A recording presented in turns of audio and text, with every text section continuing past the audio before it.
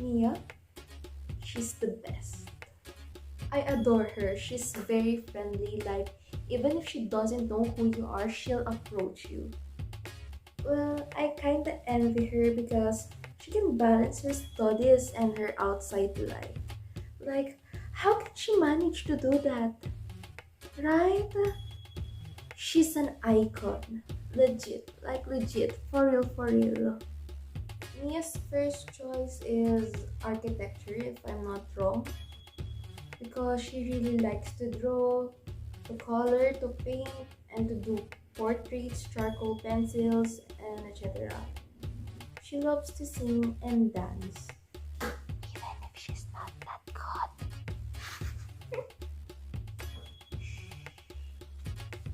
Can you cut this?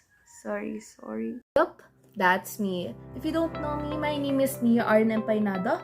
I am 18 years old and I'm studying at Papua University. I am from IEEMG department.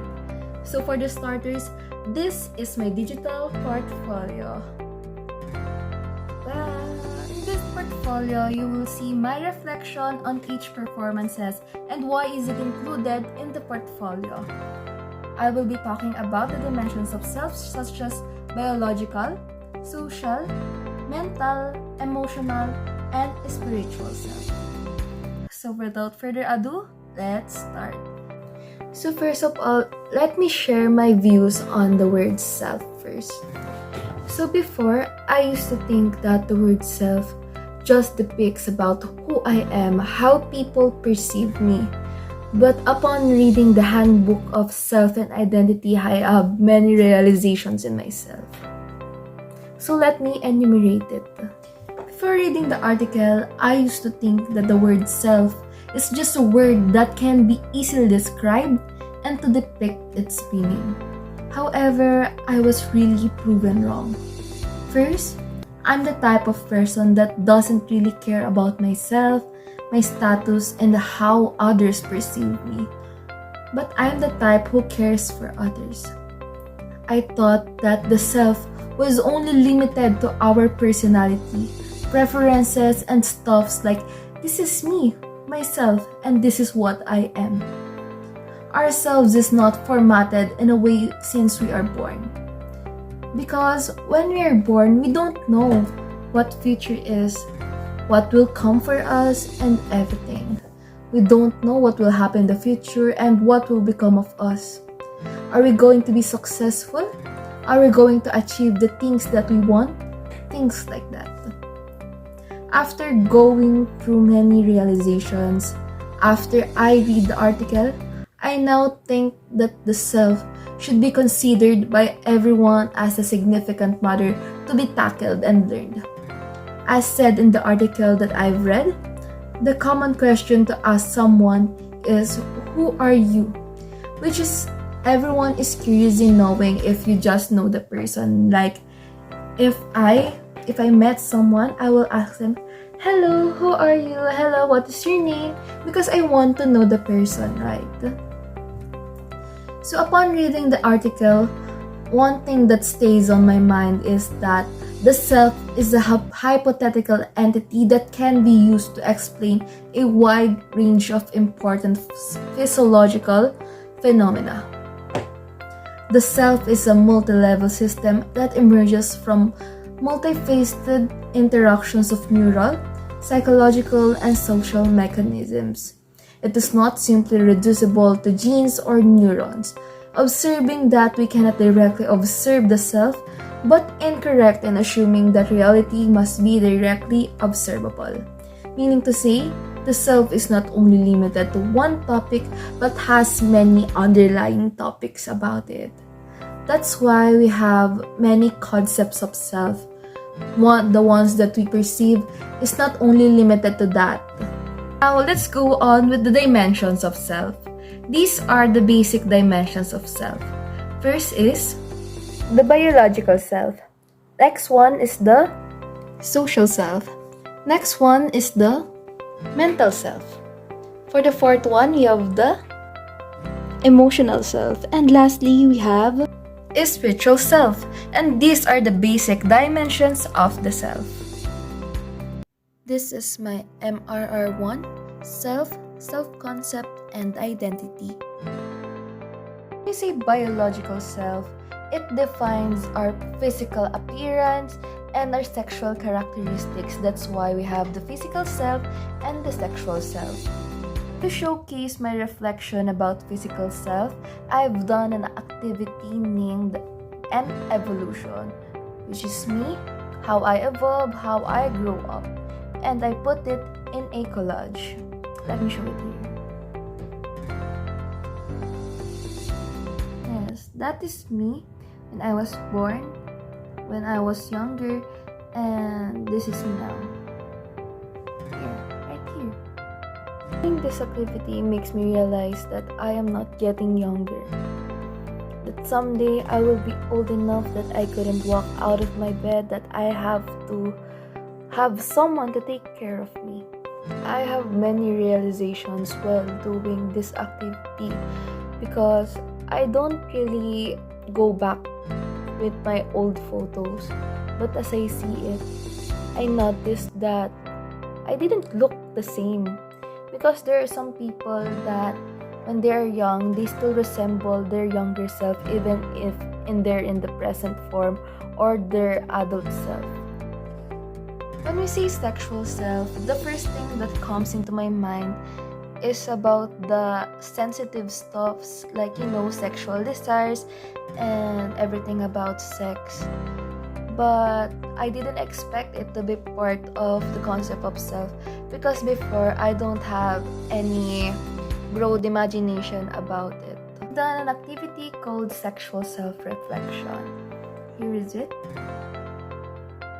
Yeah, to be frank, being sexually active, there's nothing wrong about that. Having sexual desires doesn't define yourself, and it doesn't mean that you are having intrusive thoughts or what, because it is normal.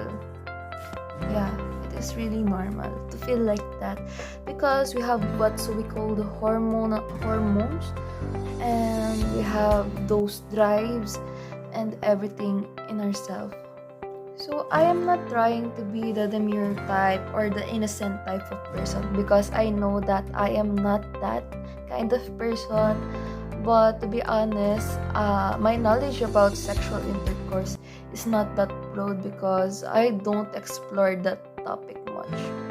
But I think that sexual intercourse should be done with someone you love and trust.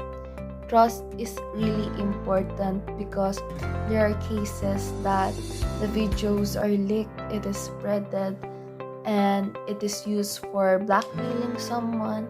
So you have to be careful, but it is not a bad thing to do it because people have their desires.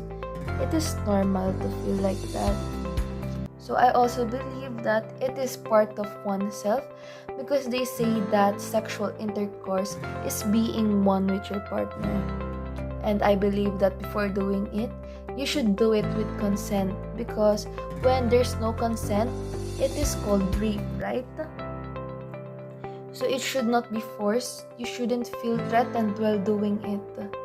There are times that the partner is threatening his or her someone that they will break up if they wouldn't do it. Like, that is where the force or the blackmailing happens. When I was in high school, then elementary, I am really sheltered to the point that even if I just hung out with my friends for like minutes, my mother would cause violent reaction like, don't go with them. No, you're not allowed to. So in my college times in Mapua, I started to explore things like that because it is an open topic and it is not wrong to talk about it. So I have a partner before. I never did it, but there are times that desires or sexual drives takes over because it is normal to feel like that. I honestly feel that before, but I still value myself. I may sound holy, but I want to do it when I am sure with the person and we are married already. So I don't want to give in with the desires because I know that if I do it with the wrong person, I might regret it someday.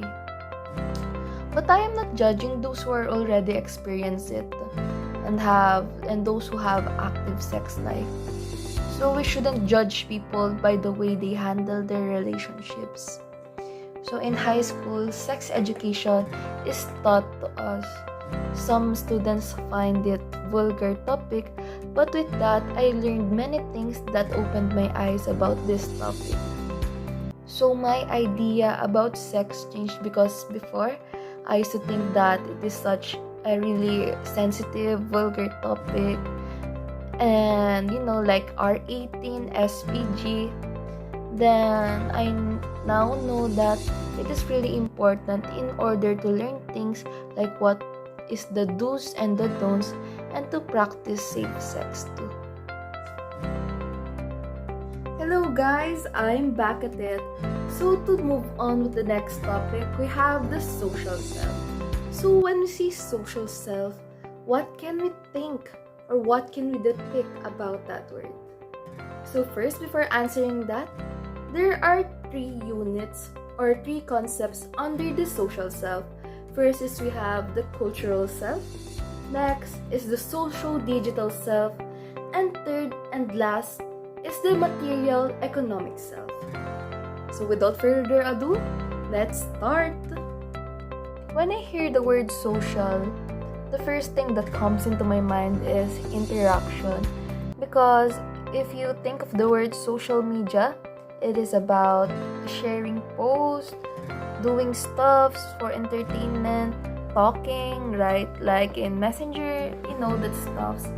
And when I hear the word social, it is the thing that comes into my mind. Under the social self, we have the cultural self. So to reflect on the cultural self, I've done an activity which is the module paper 1 and the me, myself, and society book activity 2. So let me show it to you in a while. While doing the module paper 1, I realized a lot of things. I've learned that we need to self-reflect and think truly of our actions, how to provide solutions with the problems I encounter, and it is not the end for me. I should not think very negative about the situation, thus find a possible solution that can make the situation positive. The self and my life, I thought I know everything about myself, but I was proven wrong. There are many things to learn and explore. So to end, this lesson helped me realize a lot of things and it helped me to grow and analyze things more. In here, I have my book activity 2, which is the social self activity, me, myself, and society exercise 3.1, 1A, and 3.1, 1B. This activity makes me reflect on what beliefs, values, and behaviors are helpful to my social self and what are those who are not helpful to my social self. What I wrote in the helpful part is being humble, responsible, and enthusiastic person because it helps me to improve myself better. Detrimental ones that I've put in the unhelpful beliefs is that the mindset that I should fit into everyone's standard to be accepted, because I tend to be so insecure and I started to change myself for the benefit of others. One is the social digital self, which is I really relate to this because I'm the social type of person in the internet and even in personal. Social digital self refers to yourself but more on the internet, because we know in our times it is really modern. There are different influencers like TikTok influencers, Instagram influencers, Facebook influencers, and I think I am one of it because I'm vlogging right now, right? For the social digital self, I've done an activity which is called My Social Media Exercise 3.21a. So here is it. In the next part, which is exercise 3.21b, there are processing questions such as what can you say about your online persona? How do you feel about your post? Have you ever been involved in social media conflicts? And lastly, what can you do to avoid social media conflicts in the future? So here is my answer regarding that questions. Well, there's no argument in the fact that social media is definitely useful. But aside from it being useful, it also has the good and bad effects. So while using it, we will obtain the good and bad effects of it. First, let's start with the good ones. Good. Good because it is a source of entertainment. You know, in social media, we see different videos, different memes, and different forms of entertainments like sports, games, and etc. So it is good because we keep ourselves entertained. We are happy when we're watching something like K-drama, anime, and so whatever. Another good thing is for studying purposes. Social media really helped me into learning a lot of things that I cannot obtain with just a book. Because with social media, I can search different things and I can gain knowledge because of it. But every good has its downsides. So for the bad, it is a distraction. So honestly, when I was doing schoolworks, I am using social media and I became distracted. That lead me into not doing my works or not finishing my works. So I believe that using social media without control can lead into distraction. Aside from that, we can pick up bad influences in social media. So with that being said, we should really be careful of what we post into our social media platforms because we cannot know what people will think of us. For example, if we don't want to cause any conflicts, we should think before we click. Bust down, these hoes can't stand me. Crying, working on a Grammy, meanwhile, pussy popping with your man in my. Oh, it's already filming. So guess what I am portraying right now? Material girl? You're right, I am a material girl. So when we say material girl, what can we depict in that? Basically for me, being material girl is having all the unnecessary materials or what's we called wants. Because being a material girl is all about fashion and being so glam and gorgeous and everything. But I'm not a material girl, wala akong pera. Cherries! So quick break guys, I am eating right now. I have chicken. Mukbang.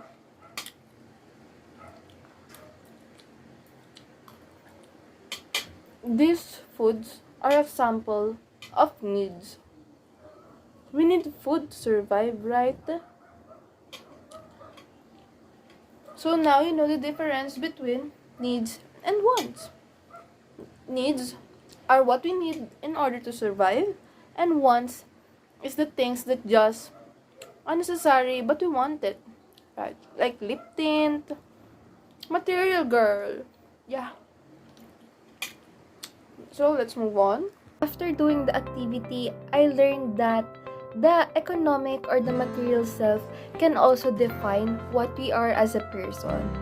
So for example, I view makeup as wants, but other people view it as needs because they want it as their daily routine. It is a part of their daily routine, so they need it.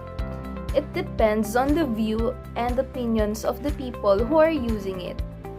Then another example is for our PWDs, right? If they need bandages, if they need cast, they need it because they are the one who's suffering, not us.